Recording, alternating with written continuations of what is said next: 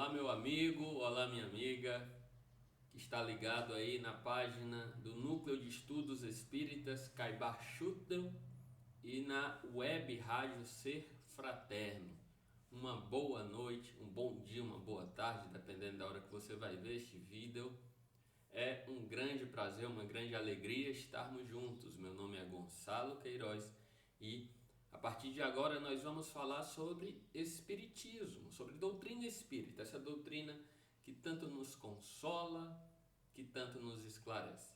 Em primeiro lugar, eu gostaria de agradecer o convite do pessoal da página Núcleo de Estudos Espíritas Caibachuta, nossos irmãos queridos, que já há algum tempo aí nos possibilitam o trabalho renovador, o trabalho regenerativo e a oportunidade de espalhar a mensagem espírita pelo mundo afora.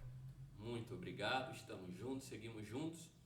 E o tema que os nossos amigos, nossos irmãos nos colocaram para expor na noite de hoje é maravilhoso. A força do Espiritismo. Nós vamos conversar, porque é uma conversa, não é? Um clima leve, tranquilo.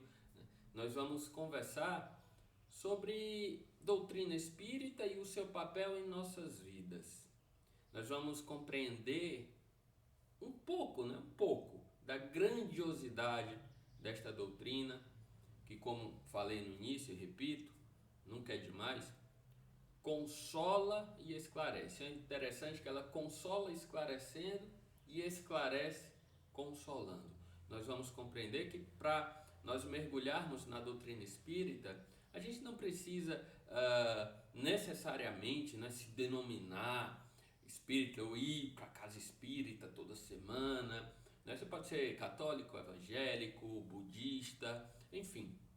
Né? Você pode até nem ter religião, tá? Mas você pode mergulhar na doutrina espírita, porque conforme o pensamento de Leon Denis, ele vai sugerir que a doutrina espírita ou o espiritismo seria o futuro das religiões, né? Não necessariamente a religião do futuro como única, mas o futuro das religiões, porque as religiões que permanecerem na Terra, adequadas à lei de progresso, né? Fazendo as devidas modificações, vão incorporando os princípios espíritas, não porque o espiritismo é melhor do que qualquer outra doutrina, filosofia, religião, não, mas simplesmente porque ele vem trazer uma explicação das leis divinas. Na Terra, essa explicação tem um nome de doutrina espírita. Do outro lado do universo pode ter outro nome. Nome não importa, nomenclatura não importa, divisão não importa. O que importa é a explicação clara de como funcionam as leis divinas, né? Então, nós vamos compreender na noite de hoje através dos caracteres espíritas e dos princípios espíritas, tá? Essa conversa de hoje, na verdade, meus amigos, é um convite ao mergulho no estudo, no aprofundamento da doutrina espírita, que tem aí a capacidade mesmo, sabe, de nos consolar nos momentos mais desafiadores da vida, de nos incumbir esperança, incumbir fé, sabe, o desejo de melhoria, o desejo de ver novas flores, novos frutos, né, conforme Chico Xavier nos informou na infinita bênção do recomeço. Né? A doutrina espírita ela tem essa força muito grande, né? Até porque ela é profundamente cristã, está sob a tutela do nosso Senhor Jesus Cristo, e nós vamos compreender que ela veio à Terra no momento certo, justamente para dar essa guinada, possibilitar essa guinada aí na compreensão humana acerca das leis divinas, acerca do nosso Pai. Ok? Então esse é um convite, fique à vontade, não precisa ser espírita, só precisa ter boa vontade, né? Para a gente poder conversar e você poder mergulhar nas obras espíritas, nos ensinamentos espíritas, que eu tenho certeza que vão ampliar bastante os seus horizontes, assim como ampliam os nossos aqui, que já estamos há um tempo, ok?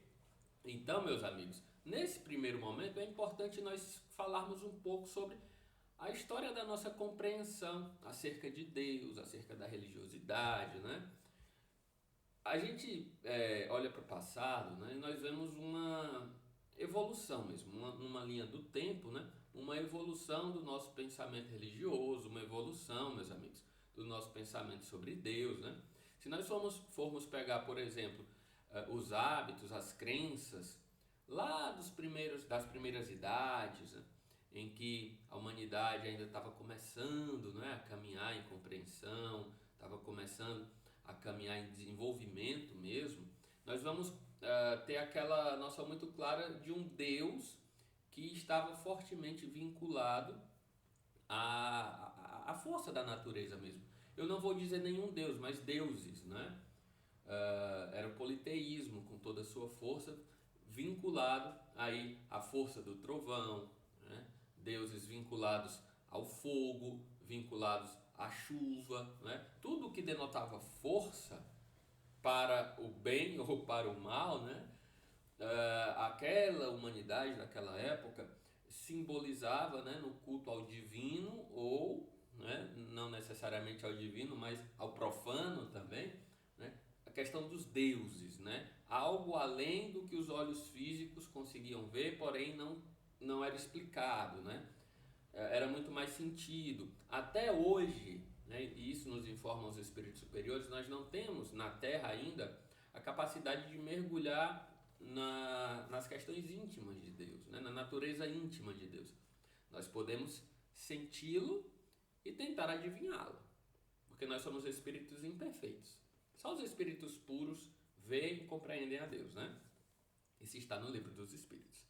Até por isso mesmo Jesus não perde muito tempo, né? Quando os apóstolos perguntam: Senhor, mostra-nos o Pai, e Jesus vai dizer: por que você quer ver o Pai, né? Quem vê a mim vê o Pai, eu e o Pai somos um. Não que Jesus é Deus necessariamente, mas não dava para espíritos imperfeitos, e não dá até hoje, né, para espíritos imperfeitos terem uma ideia aprofundada, completa sobre a natureza de Deus, né? A natureza íntima de Deus. Então Jesus diz: olhe para mim que você vai ver a Deus, né? Aí como que sanando a questão por um tempo. Então, meus amigos, naquela época, né, das primeiras idades da Terra, nós tínhamos essa ideia, né, das divindades, o que era muito natural, ok? Só que a doutrina espírita ela traz algumas leis, né, dentre elas, né, a lei de progresso. A lei de progresso que denota a reencarnação dos espíritos, tá? E esses espíritos, a cada nova reencarnação, avançam um pouquinho. Isso é bondade e é justiça divina, né? Então a lei de progresso atua. Nós observamos muito claramente essa lei de progresso atuando na nossa história. Basta que a gente olhe para trás, né? Nós hoje temos a mania de reclamar muito do mundo, né? Porque o mundo está assim, o mundo está assado. É verdade, temos muito a melhorar, muitas guerras aí em andamento, fome, né? Abandono, enfim. Mas se nós olharmos para o passado, nós vamos perceber que nós já avançamos bastante. É a lei de progresso atuando. Os espíritos, a maioria dos espíritos daquela época que nós estamos citando, das primeiras idades, caminharam através dos milênios, reencarnando na Terra e hoje estão aqui, né? Com aviões, com carros, ar-condicionado, um progresso material muito grande, mas também um progresso moral efetuado. Por exemplo, hoje a gente não pratica mais sacrifícios humanos, o que era comum à época. Não é isso? Pelo menos na maioria das civilizações da Terra. Ok? Então, avançamos em tantas outras coisas. Hoje é inadmissível, por exemplo, a gente falar de escravidão. E olha que é algo referente à história humana, algo recente, né? Mas hoje, nas civilizações ditas, pelo menos a maioria, né? Civilizações aqui no Ocidente, muitas no Oriente também, pelo menos na maioria, né? É inadmissível se falar em escravidão, pelo menos na questão legal. Sabemos que tem algumas culturas, alguns países que ainda têm a escravidão, né? A questão do trato com a própria mulher é um exemplo, um outro exemplo também muito claro. Porém, a gente já percebe um avanço, ok? Isso é a lei de progresso atuando. esta lei de progresso atuou também na compreensão sobre Deus e no culto, no rito religioso mesmo. Porque nós tivemos deuses politeístas vinculados à lei. Tivemos culturas politeístas vinculadas à força da natureza. Só que a humanidade vai caminhando e nós vamos percebendo, por exemplo, que esses deuses, eles já começavam a transcender a força da natureza e passavam para um outro patamar que não se sabia exatamente o que era ainda. Até o dia em que o nosso Senhor Jesus Cristo ele decide enviar um emissário que nós conhecemos como Abraão, que vem trazer o monoteísmo à face da terra. O monoteísmo, um Deus só, né? A crença em um Deus único, porém um Deus também ainda vinculado à força. Era o Senhor dos Exércitos, né? Conforme a própria Bíblia vai narrar. Aquele Deus guerreiro, o Deus que era de um país, assim, de um povo. É isso? Um Deus que ainda aceitava sacrifícios. Essa questão do sacrifício é muito importante também para a gente compreender os nossos sacrifícios hoje. E nós vamos perceber mais uma vez a lei de progresso atuando. Ok? Quando Abraão vem à face da terra, ele vem romper com o politeísmo, esse culto a vários supostos deuses, e vem trazer a ideia do Deus único, mas um Deus ainda guerreiro. Avançou-se, mas ainda teria muito mais para avançar. É isso? Um Deus guerreiro, que era o Deus de Israel, né, do futuro de Israel, que ainda não existia, né? Um Deus de um povo. É importante nós salientarmos, e Paulo vai narrar isso na sua carta aos Hebreus, no capítulo 7, importante nós salientarmos que Abraão era acompanhado por potências espirituais de envergadura enorme, imensa. A exemplo de Melquisedeque, que era um agênere, um espírito. Paulo diz isso, que Melquisedeque não tinha princípio de dias nem fim de dias. Não tinha genealogia. Ele não nasceu na terra. Era sacerdote do Deus Altíssimo, semelhante a Jesus Cristo. Uma potência espiritual enorme. Eu estou repetindo as palavras de Paulo. Não era um ser encarnado. E este ser acompanhava Abraão. É que Abraão vem com essa missão.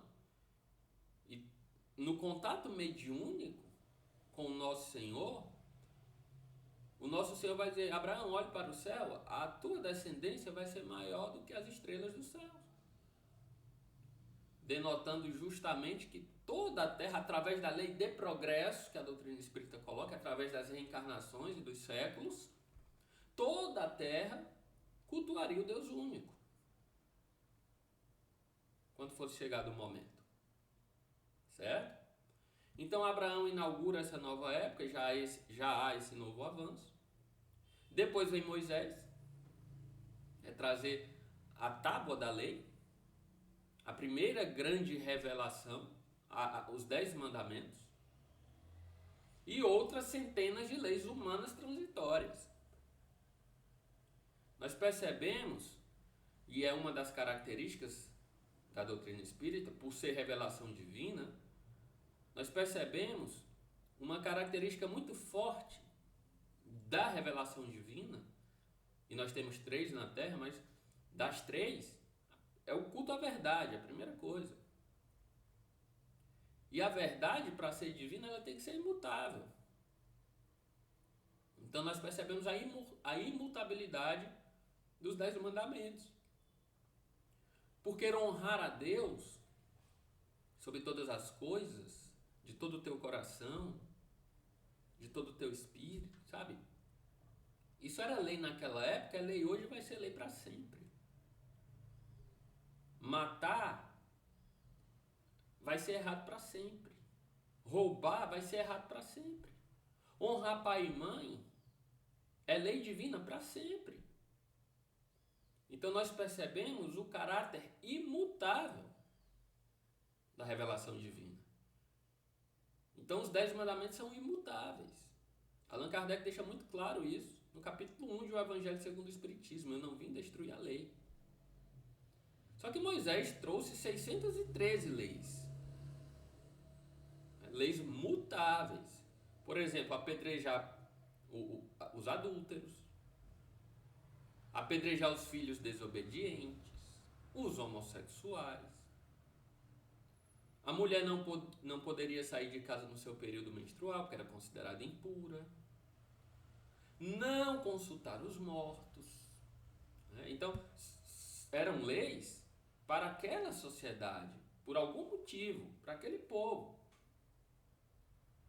Por exemplo, a lei de não consulta aos mortos, nós entendemos perfeitamente e endossamos na doutrina espírita. Porque uma proibição desse porte tem que ter um motivo justo, plausível. E o motivo era a imaturidade mesmo daquela sociedade.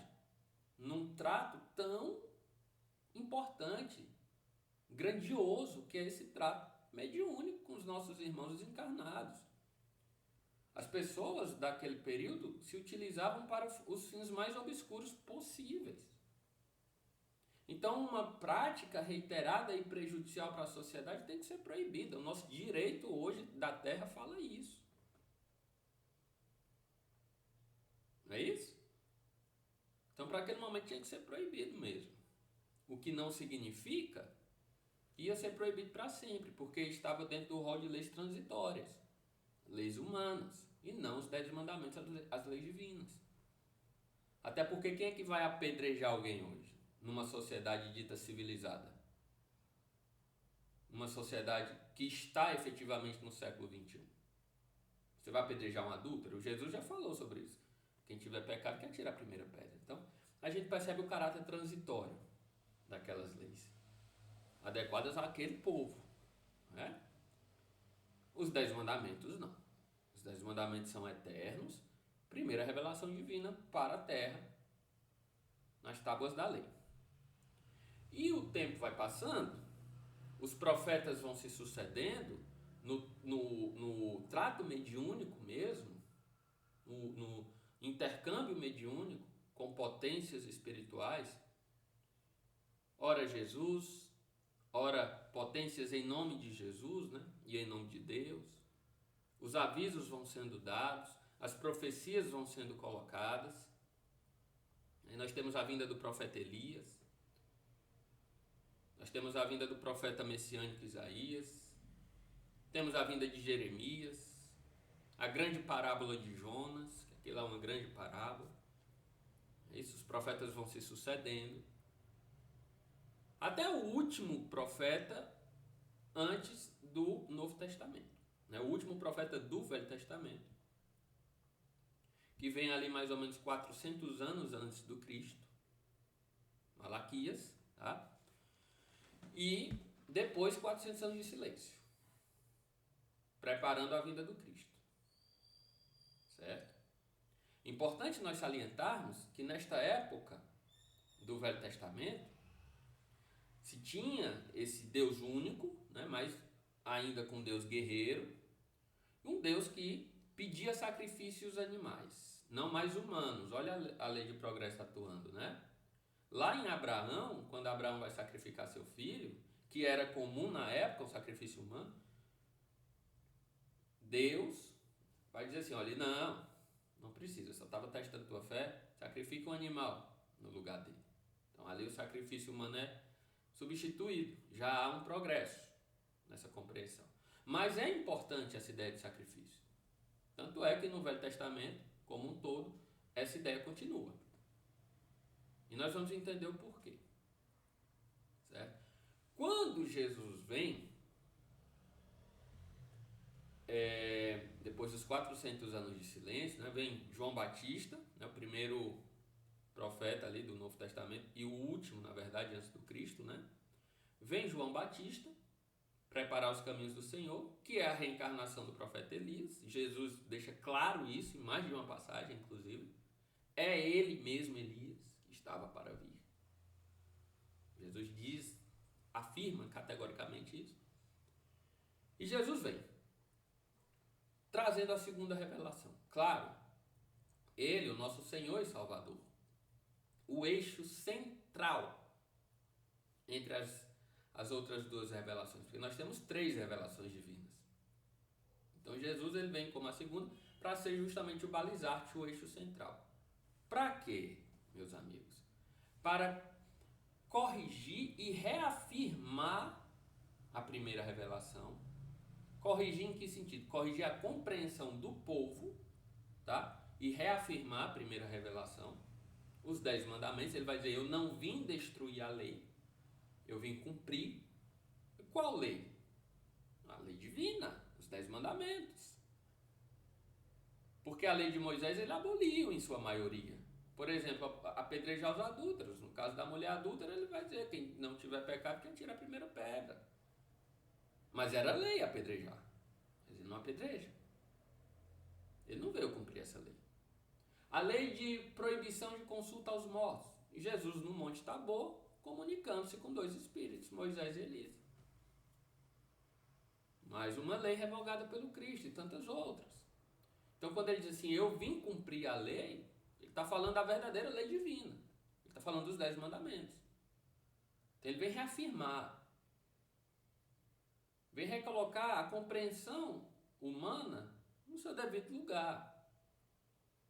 E para além disso, ele vem vivenciar a mensagem de Deus.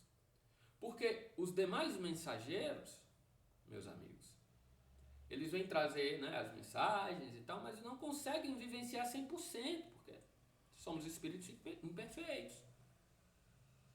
Moisés, por exemplo, trouxe a primeira revelação, mas errou em muitos momentos de sua vida. É natural isso. Jesus não. Ele vem vivenciar 100% o que ele diz. Ele vem trazer a boa nova do reino de Deus. Reafirmar a primeira revelação, vivenciar o que Deus pede para nós, vivenciar o reino de Deus, independente das condições, das dificuldades, mostrando que o reino de Deus é a construção íntima em cada um de nós e não uma construção meramente exterior, né? E vem preparar o terreno para a próxima revelação. Principalmente quando ele vai dizer assim, olha, eu tenho muito mais coisas para vos dizer, mas vocês não estão preparados ainda.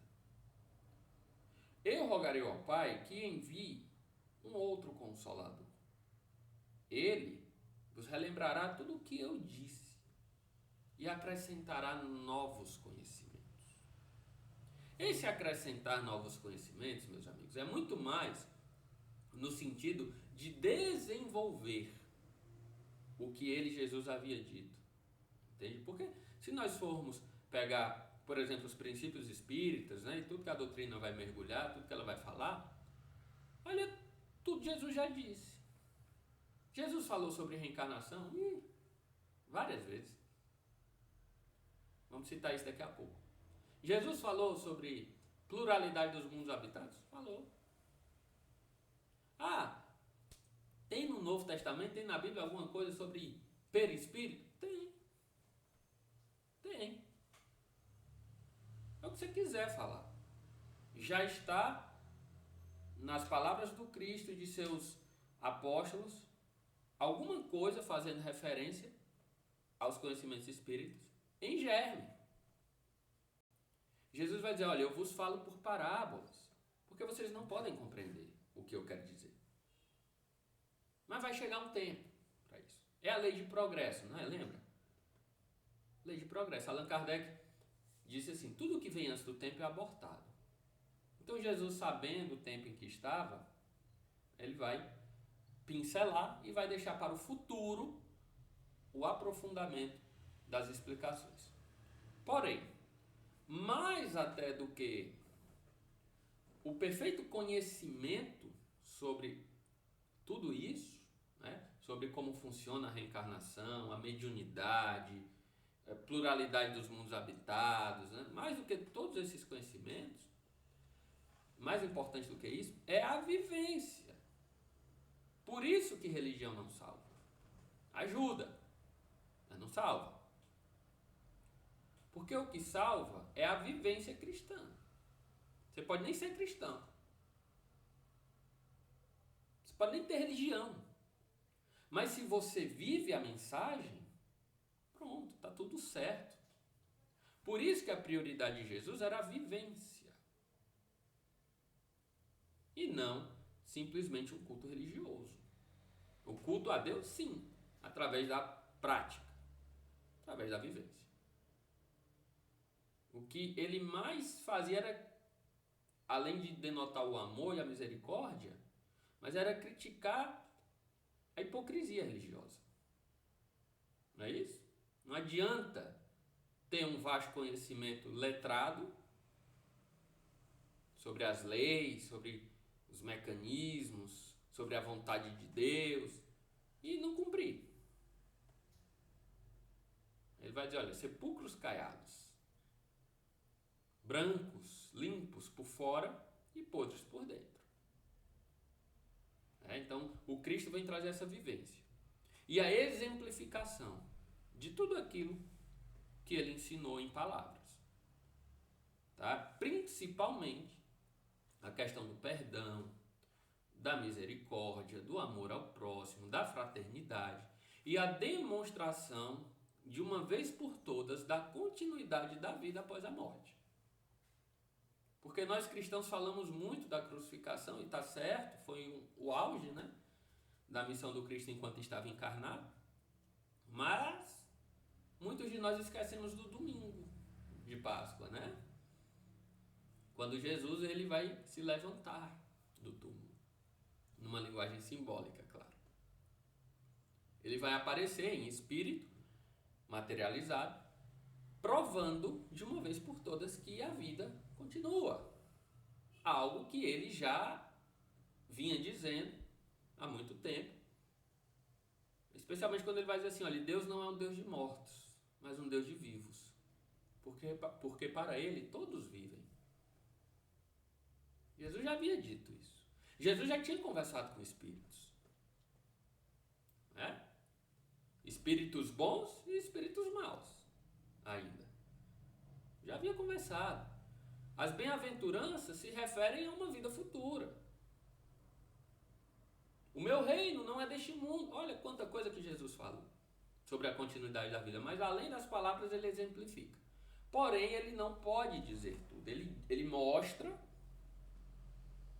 segue, né, para as moradas superiores, mas continua trabalhando por todos nós. Chega junto nos momentos de dificuldade, intervindo, intercedendo, amparando, guiando.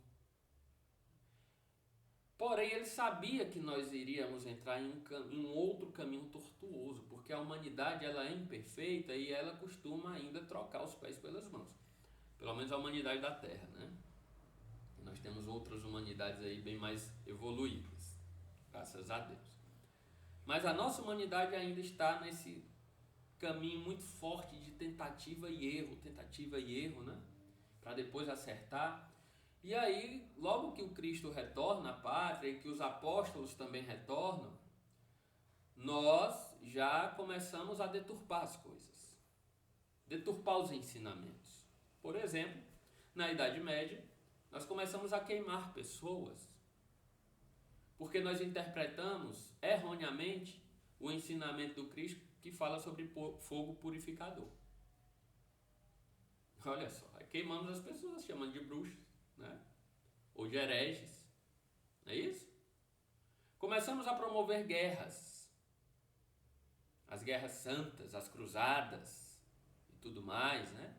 Pela espada, porque mais uma vez interpretamos erroneamente os ensinos do Cristo, né? Especialmente aquele que ele diz que vem trazer não a paz, mas a divisão, a espada. Aí a gente pega a espada e começa a matar uns aos outros. Então, enveredamos por esse caminho. E em nome da religião, nós oprimimos e assassinamos uns aos outros. Por exemplo, temos aí um grande astrônomo, Giordano Bruno, pega seu equipamento, olha para o céu e percebe que a Terra não é o centro do universo. Que os outros planetas não giram em torno da Terra. Que as estrelas não estão ao redor da Terra. Não giram em torno da Terra.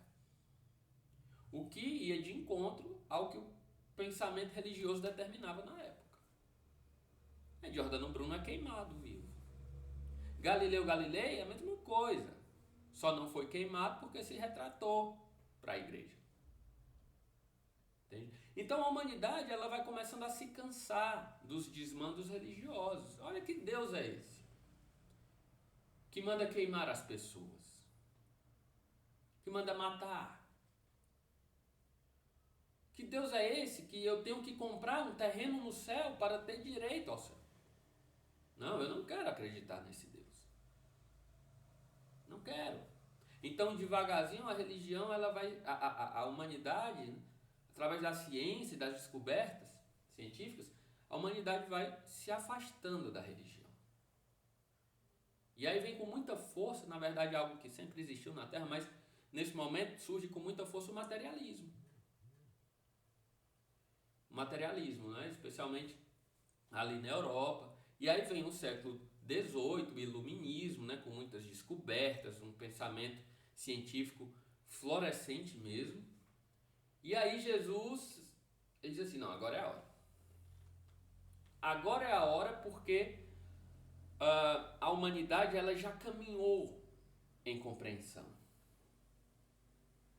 Já o que veio antes, né, tanto a primeira quanto a segunda revelação, elas já assentaram. A poeira já baixou. Já deu tempo. Ok? Agora é a hora da terceira. Então nós temos na Terra esse movimento de materialismo, de um distanciamento de ciência e religião, e Jesus ele coloca o contraponto para esse movimento, que é justamente esta nova revelação que na Terra tem o nome de doutrina espírita ou de espiritismo. O que é espiritismo? Espiritismo é a explicação, é um corpo de conhecimentos que explicam como o universo ou as leis espirituais atuam. Como Deus colocou tudo isso. Claro, uma compreensão adequada ao nosso campo evolutivo. Porque uma das características da doutrina espírita é justamente a continuidade desta doutrina. Ela não para no tempo. Allan Kardec vai dizer que a doutrina espírita ela é progressiva. Gente, não progressista, tá bom? Progressiva. Tem diferença de uma coisa para outra. Então a doutrina ela está em constante evolução. Mas em quê? Em nossa compreensão dela. Nós vamos perceber que Kardec escreve as bases da compreensão. Porém, é nosso dever desenvolver aquilo que foi trazido por Kardec e pelos demais colaboradores. Senão, para no tempo. É isso? Então, Jesus, ele pinça Allan Kardec de uma grande assembleia de espíritos superiores e Allan Kardec reencarna na Terra. Já havia reencarnado antes, né? Nas Gálias, encarnou como Jean Hus, né? Reencarna como Allan Kardec e vem com esta missão de organizar um corpo de explicações sobre o funcionamento das leis divinas. Certo? Nas leis divinas nós colocamos muito mais na questão espiritual, porque as leis divinas estão todas dentro da grande lei natural. A lei natural ela se subdivide em duas, as leis materiais, matemática, astronomia, biologia, química, física, enfim, as ciências materiais. E as ciências espirituais, tratando das leis espirituais. Ou a ciência espiritual, tratando das leis espirituais. que a doutrina espírita vai se incumbir disso. Porém, um influencia no outro. Um influencia no outro. Por exemplo, a Joana de Ângeles, ela vai dizer que nós somos seres humanos integrais, ou que pelo menos devemos ser. Cuidar do quê? Do corpo, da mente e do espírito. Porque se eu cultivar, por exemplo, uma mágoa, uma falta de perdão por muitos anos, eu posso desenvolver um câncer no meu corpo físico. Então, a lei espiritual, né, entrando na lei material. Uma influencia na outra. Certo? Mas a doutrina espírita ela vai fixar mais na lei espiritual. Certo? Allan Kardec, assessorado por sua esposa, Amélie Gabi, né, e outros colaboradores, Leon Denis, né, Camille Flammarion, né, são tantas pessoas que ajudaram Kardec, tantos médiuns, né, que se predispuseram também nessa missão. E em contato com potências espirituais superiores, a exemplo do próprio Espírito de Verdade, Nosso Senhor Jesus Cristo, e deixa claro isso no capítulo 6 do Evangelho segundo o Espiritismo, venham como outrora os transviados filhos de Israel. Espírito de Verdade, São Luís, que dirigia do plano espiritual, dirigia as reuniões mediúnicas de Allan Kardec, né? A Sociedade Parisiense de Estudos Espíritas, Erasto, e aí vinha São Vicente de Paulo, Santo Agostinho, São Tomás de Aquino, Paulo de Tarso, né? E tantos outros colaboradores do plano espiritual. Então, todos juntos trazendo as explicações para os ensinamentos, por exemplo, do Nosso Senhor Jesus Cristo, dos apóstolos e de outros colaboradores. Certo? Tanto é que Allan Kardec ele vai perguntar o seguinte para os espíritos. Está lá no livro dos espíritos aí. Jesus disse tudo, né? Jesus é o caminho, a verdade e a vida. Ele nos demonstrou o que nós devemos fazer. Então, qual a utilidade dos ensinamentos dos espíritos? Uma boa pergunta. E os espíritos vão responder, sim, Jesus é o caminho, a verdade e a vida. É ele. Mas é necessário que agora nós venhamos, em nome dele, sob a tutela dele, desenvolver tudo aquilo que ele explicou por parábolas e que colocou em germe. E aqui nós vamos citar algumas coisas aliadas aos princípios espíritas. E aí vamos perceber a força da doutrina espírita, que é profundamente cristã. E um cristianismo desenvolvido. Entende? Não uma teologia humana.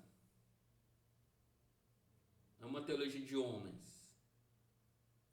Tentando adivinhar questões transcendentais. Tentando adivinhar passagens bíblicas. Não. Não. Porque uma outra característica da doutrina espírita é justamente que ela é de cima para baixo, ela é divina e universal. Ela é produto dos ensinamentos dos Espíritos santificados, que a Bíblia vai chamar de Espírito Santo. Exatamente de acordo com o que Jesus vai dizer, eu enviarei o Consolador, o Espírito Santo, certo? Que vai acrescentar coisas novas. E André Luiz vai dizer, o Espírito Santo é um símbolo.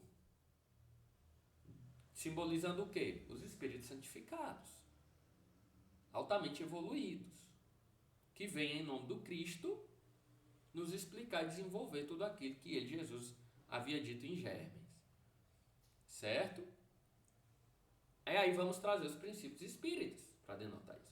O primeiro princípio espírita não é espírito. Não é mundo espiritual. Não. O primeiro princípio espírita é a existência de Deus. Claro, porque pergunta 1 do Livro dos Espíritos. Que é Deus? Deus é a inteligência suprema, a causa primeira de todas as coisas. Lembra daquele Deus do Velho Testamento? Dos sacrifícios animais? Um Deus único, é verdade. Porém, um Deus ainda guerreiro. Deus de um povo só. Jesus, ele vem mudar essa concepção de Deus. Ele vem trazer um Deus que é Pai de todos nós. Certo? Emmanuel vai dizer assim, quando o cristão ora o Pai Nosso, ele não está apenas reconhecendo a paternidade divina, mas está reconhecendo igualmente a humanidade como sua grande família. Não é? Um Deus de toda a terra. Olha o avanço na compreensão de Deus, ou na compreensão sobre Deus, melhor dizendo. Olha o avanço. Porém, uma compreensão ainda adequada àquela época. Por quê? Porque naquela época se acreditava que a Terra era plana, né? Era um disco, e que tudo girava em torno da Terra. Não é isso? Se acreditava isso. Então, como é que Jesus ia falar de um Deus de outra galáxia no universo, se esse conhecimento não existia à época? Então ele vai dizer, olha, Deus é Pai Nosso. Okay? Com o avanço científico, a doutrina espírita, ela vem, no século XIX, trazer um Deus que, para além da Terra, é um Deus do universo inteiro, ele é cósmico. É um Deus que é meu, que é seu, e que é de um ser que está do outro lado do universo, a 14 bilhões de anos-luz aqui. É o mesmo Deus, para nós e para ele. Certo? Um Deus cósmico. Deus é a inteligência suprema de tudo isso. E é a causa primeira de tudo isso. Certo? Tudo que não tem causa humana só pode ter causa em Deus. É um pensamento espírita. Você olha para as estrelas do céu, quem criou? Foi o homem? Foi outra humanidade? Não. Então quem foi? Foi Deus. Certo? É a causa primeira. Ok? Por que é importante nós salientarmos isso? Porque tudo que vem depois tem como causa primeira Deus. O primeiro princípio é esse. Exatamente de acordo com o que diz Jesus. O jovem vai chegar para Jesus e dizer assim, bom mestre. Aí Jesus vai dizer, bom? Não, bom só o Pai. Bom só o Pai. O bom com B maiúsculo, o perfeito com P maiúsculo. É isso? É isso, tá? O segundo princípio espírita é justamente a imortalidade da alma. Aí sim entram os espíritos. Por quê? Porque um Pai, que é a inteligência suprema, a causa primeira de tudo, que é bondade absoluta, ele vai criar seres que não terão fim, que não perecerão. Seres imortais. É porque imagina, você ser criado e depois você deixar de existir. Não seria bondade, né? Ah, não, mas a gente passa por sofrimento, por dificuldades, por lágrimas, mas não deixa de existir, porque tudo isso é aprendizado. Nós estamos adquirindo provisão espiritual, fortalecimento. Ah, Gonçalo, a dor fortalece. A gente respeita a dor de cada um. Respeita. Dor humana, olha, cada um sabe onde seu calo aperta. Uns estão chorando por um desencarne de um ser amado, outras pessoas estão chorando por um abandono afetivo, outras por uma doença física, enfim, são tantas questões, né? São tantas vicissitudes que a gente atravessa e a gente respeita profundamente. Mas nós não podemos esquecer que essas dores, elas têm uma finalidade que na verdade vai ser boa. Quantas e quantas doenças físicas não curam o espírito, né? Elas curam o espírito quando a pessoa sabe atravessá-las. Quantas lágrimas não lavam o coração? Não é isso? Quantas situações na vida nós passamos, olhamos para trás e falamos, nossa, hoje eu estou mais forte, amadurecido, Algumas situações a gente não precisava passar, a gente é que busca, né? Com o nosso livre-arbítrio, a gente ainda não sabe escolher direito, né? Às vezes a gente escolhe sofrer mesmo, por um tempo. Mas até isso é passageiro. Lá na frente a gente tem a oportunidade de fazer novas escolhas. Tá? Então, por mais que a gente passe por dificuldades, mas nós somos imortais e temos a felicidade como destino. O nosso destino não é o sofrimento eterno, é a felicidade. Não é da vontade do meu Pai que nenhuma das ovelhas se perca, é o que diz Jesus. Entende? Então é importante nós termos essa ciência, esse conhecimento. Nós somos espíritos imortais. Esse é o segundo princípio da doutrina, imortalidade da alma. Repito as palavras de Jesus. Deus não é um Deus de mortos, mas um Deus de vivos. Porque para Ele todos vivem. Independente se você está na carne ou não, você vive. Está no plano espiritual? Está vivo. Está na carne? Está vivo. O Emmanuel vai dizer ainda que o único gênero de morte que nós devemos temer não é a morte do corpo físico, porque ela é comum para todos nós. É a morte espiritual. Em que sentido? Quando a criatura paralisa na vida, seja no plano espiritual, seja na terra. Paralisa diante dos sofrimentos, diante do remorso, do complexo de culpa, do crime. Entende? A criatura paralisa. Aí é uma morte. Está morto. Jesus vai dizer, deixai aos mortos o cuidado de enterrar os seus mortos, né? Uma passagem bíblica, simbolizando o quê? Aqueles que não queriam ouvir as suas palavras estavam lá num velório, no enterro. Então Jesus deixe os mortos o cuidado de enterrar os seus mortos. Mortos em que sentido? Sentido espiritual, que não estavam bebendo da fonte da vida. Certo? Só isso. Mas esses mortos, eles podem e vão ressuscitar. Porque os espíritos, nenhum espírito é destinado a ser mau ou ser ignorante o tempo inteiro. Cada um vai ter o seu tempo de despertar. Certo? Então, imortalidade da alma. E esse, para mim, é um dos aspectos mais consoladores da doutrina espírita. Porque, olha, a gente está aqui, às vezes chorando, sofrendo, tudo, mas tudo passa. Poxa, alguém que eu amo desencarnou, vamos reencontrar. A situação está difícil, vai passar. Eu desencarnei, estou vivo. Sabe? Quando a gente compreende isso, meus amigos, as vicissitudes da vida física, elas se tornam menores. Não é que elas vão deixar de existir, mas a gente adquire uma paz maior, uma serenidade maior diante dos desafios. Isso é extremamente consolador. E a doutrina espírita vem explicar essa imortalidade de uma maneira muito profunda e ao mesmo tempo muito clara, didática. Todo mundo pode compreender. Ela vem explicar por que às vezes eu sinto um arrepio proveniente de uma presença espiritual, às vezes eu sonho com um parente meu que já desencarnou, às vezes eu vejo, eu escuto. Tudo isso que a humanidade sempre teve e sempre vai ter.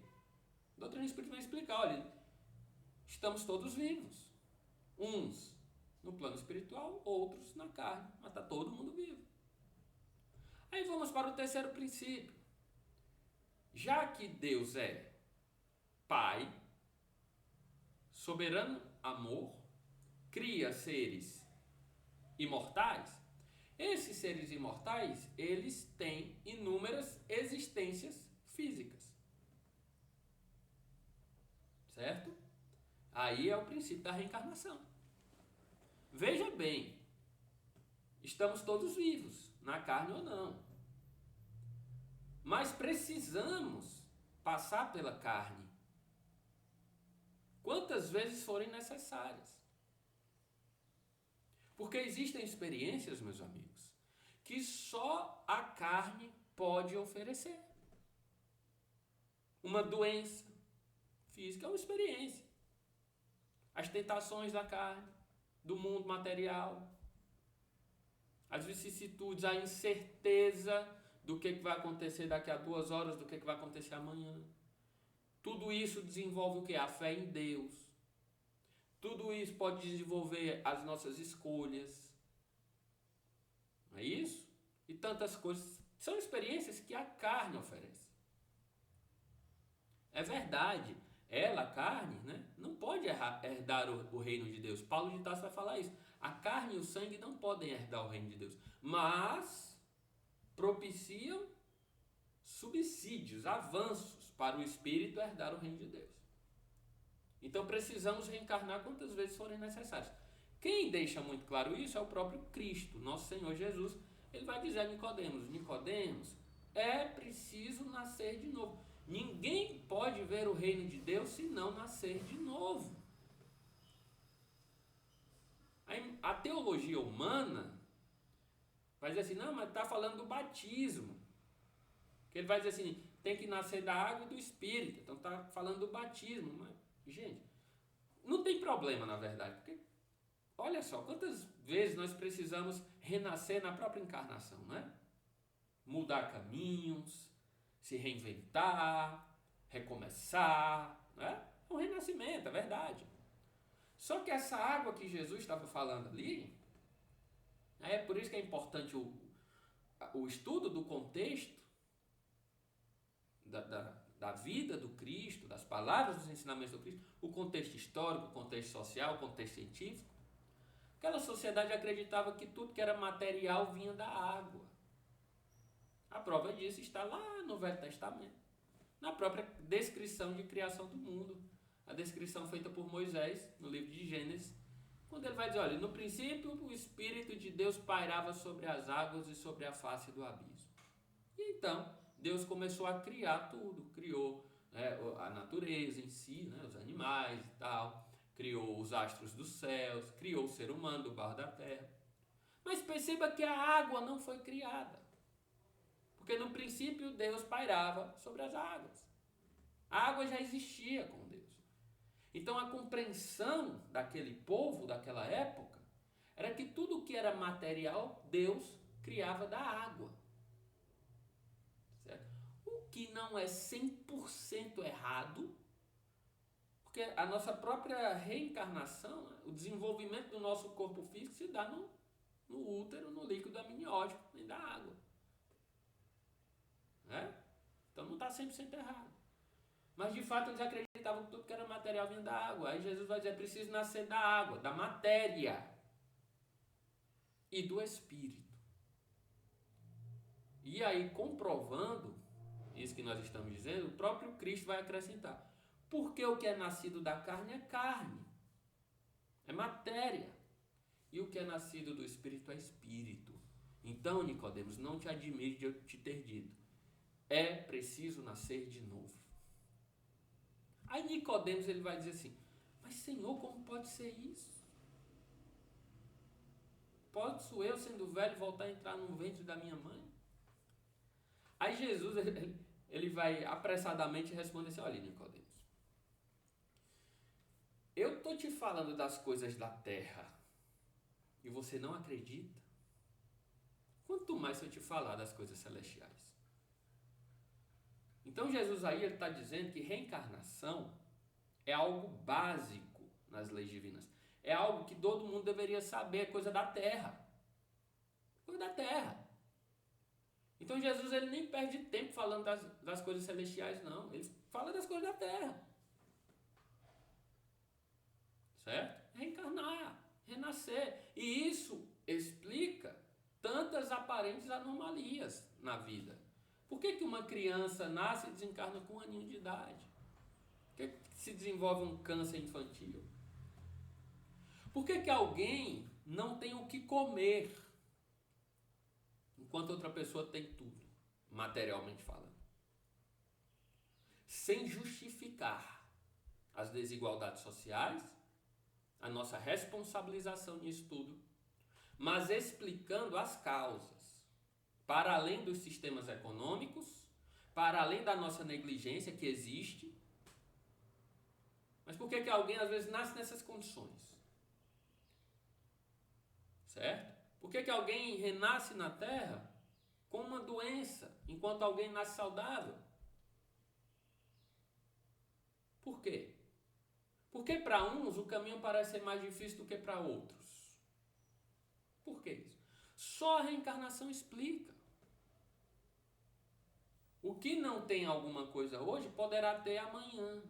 O que tem hoje pode não ter tido ontem e vice-versa. Se eu não souber usar os recursos que eu tenho hoje, amanhã eu posso não ter. Os próprios preconceitos entre sociedades, entre indivíduos, cor de pele, né? Homem e mulher. Hoje eu estou como homem, amanhã eu posso estar como mulher. Hoje eu posso ter uma pele clara, hoje eu tenho uma pele clara, amanhã eu posso ter uma pele escura. E vice-versa. Hoje eu sou ocidental, amanhã eu posso renascer oriental. Então os preconceitos eles acabam quando a gente compreende a reencarnação, que não é um conhecimento novo. A reencarnação é muito antigo, muito antes da vinda do Cristo. Já se falava em reencarnação na Terra, não com essas palavras, mas a ideia. Que reencarnação, a palavra, foi Allan Kardec quem deu, mas a ideia já é muito antiga. E o Cristo vem ratificá-la. Certo? Então, como eu estou falando, é um mergulho, isso aqui é um convite, na verdade, um convite ao mergulho, para que nós compreendamos mais. Você que está aí conversando comigo, compreenda mais, mergulhe nas obras espíritas. Vai se dar conta de tudo isso e muito mais coisa. O outro princípio espírita é a pluralidade dos mundos habitados. Não existe vida só na Terra. Gente, um universo desse tamanho, com essa vastidão de 14,5 bilhões de anos. Ah não, só a Terra existe vida. Gente, vamos deixar de ser egoísta e orgulhoso. O Cristo deixa claro, há muitas moradas na casa do meu Pai. Se assim não fosse, eu já vos teria dito. Não se turbe o vosso coração. Crede no Pai, crede também em mim. Por isso que nós estamos dizendo, meus amigos, que o que a doutrina espírita vem trazer, o Cristo já disse. Aí a doutrina espírita vem desenvolver no tempo certo. Então a doutrina vai falar sobre inúmeras, infinitas moradas, porque o universo é repleto de vida. Cada uma em seu nível de evolução, em seu nível vibratório. Tem morada que a gente não consegue enxergar, assim como a gente não consegue enxergar os espíritos aqui ao nosso lado. Tem coisa na nossa própria faixa vibratória que a gente não enxerga. Eu não enxergo as moléculas de oxigênio, eu não enxergo raio-x, raios gama, ultravioleta. Quanto mais outras faixas vibratórias. Isso é ciência espírita, meus amigos. E que a própria ciência material já está começando a se debruçar sobre isso, com teorias, a teoria das cordas e tantas outras. Isso aí cabe ao tempo ir maturando, mas o Cristo já deixou claro, a doutrina espírita vem explicar através da ciência espírita e a ciência material fatalmente vai descobrir isso aí cedo ou tarde e já está a caminho disso. São inúmeras moradas. Ok? E o último princípio espírita é a mediunidade, comunicabilidade dos espíritos. Os espíritos se comunicam conosco e nós com eles. É simples, isso eu acho que é um dos princípios mais claros da doutrina. Mediunidade não é patrimônio da doutrina espírita, ela é patrimônio universal, inclusive humano. Saiu uma pesquisa aí divulgada pela CNN Brasil. Pesquisadores da USP fizeram experimentos com médiums ostensivos e descobriram que os médiums ostensivos têm uma diferenciaçãozinha orgânica nas células. Para nós espíritas, nenhuma novidade, porque Allan Kardec vai dizer que a mediunidade é orgânica. André Luiz vai falar sobre a glândula pineal. Novidade zero para a gente. Zero. Porém, a mediunidade, ela está não só entre os espíritas, mas em toda a humanidade, em todas as épocas. Um padre, quando fala divinamente inspirado, está fazendo o uso do intercâmbio mediúnico. Uma potência espiritual superior está inspirando aquela pessoa. Um pastor protestante, enfim, um palestrante espírita. Você, quando sonha, você, quando fala alguma coisa para o bem, ou não, né? A gente, quando às vezes a gente perde a paciência, porque às vezes a gente tem um espírito ali instigando o mal, por isso Jesus vai dizer: orai e vigiai, para não cair em tentação, né? E tantas coisas, você quando sente uma presença, quando sente um cheiro, né? um perfume, não tem ninguém aqui do seu lado, olha, quando vê, quando escuta, gente, em todas as épocas da humanidade isso sempre existiu. Lá atrás, quando Moisés proibiu o intercâmbio mediúnico para o povo, porque ele fazia, né? Mas o povo era proibido de fazer, porque não sabia fazer, não sabia utilizava para o mal, ele deixa claro que o intercâmbio mediúnico é possível. Ninguém proíbe o impossível. Então, meus amigos, Allan Kardec ele vai dizer que a doutrina espírita ela abre horizontes vastíssimos, amplos. A nossa compreensão da vida se transforma para melhor. A gente passa a entender como as coisas funcionam. Agora, o desafio continua sendo entender e aplicar em nosso dia a dia. Por isso ele vai dizer, no Evangelho segundo o Espiritismo, no capítulo 17, item, os bons espíritas, ele vai dizer: o verdadeiro espírita é aquele que não apenas entende e que não apenas acredita e entende, né? Mas principalmente aquele que se esforça para ser uma pessoa melhor, para domar as más inclinações. Porque todo esse arcabouço de conhecimentos da doutrina espírita, e aqui a gente apenas pincelou, porque é um arcabouço de estudo para várias existências físicas, tá? E também lá no plano espiritual. Mas todo esse arcabouço, ele tem uma intenção: nos transformar em pessoas, em espíritos melhores. Nos transformar para o bem, nos regenerar, pouco a pouco, dia a dia. Mas é preciso caminhar para frente. E quando a gente detém a possibilidade de conhecer tudo isso, a gente tem um tesouro nas mãos. Agora, qual o uso que nós vamos fazer desse tesouro? Né? Então a força da doutrina espírita é essa: esclarecer consolando e consolar esclarecendo, meus amigos, caminhando para frente, sempre para frente. Que Jesus nos abençoe. Um grande abraço para todos. Que Maria, Dr. Bezerra, Chico Xavier, Divaldo, que agora está lá, essa pleiade de espíritos, amigos, seus amores que estão no plano espiritual, que todos possamos estar juntos nessa caminhada para frente, para o alto. Que Jesus nos abençoe e que Deus seja louvado. Tchau.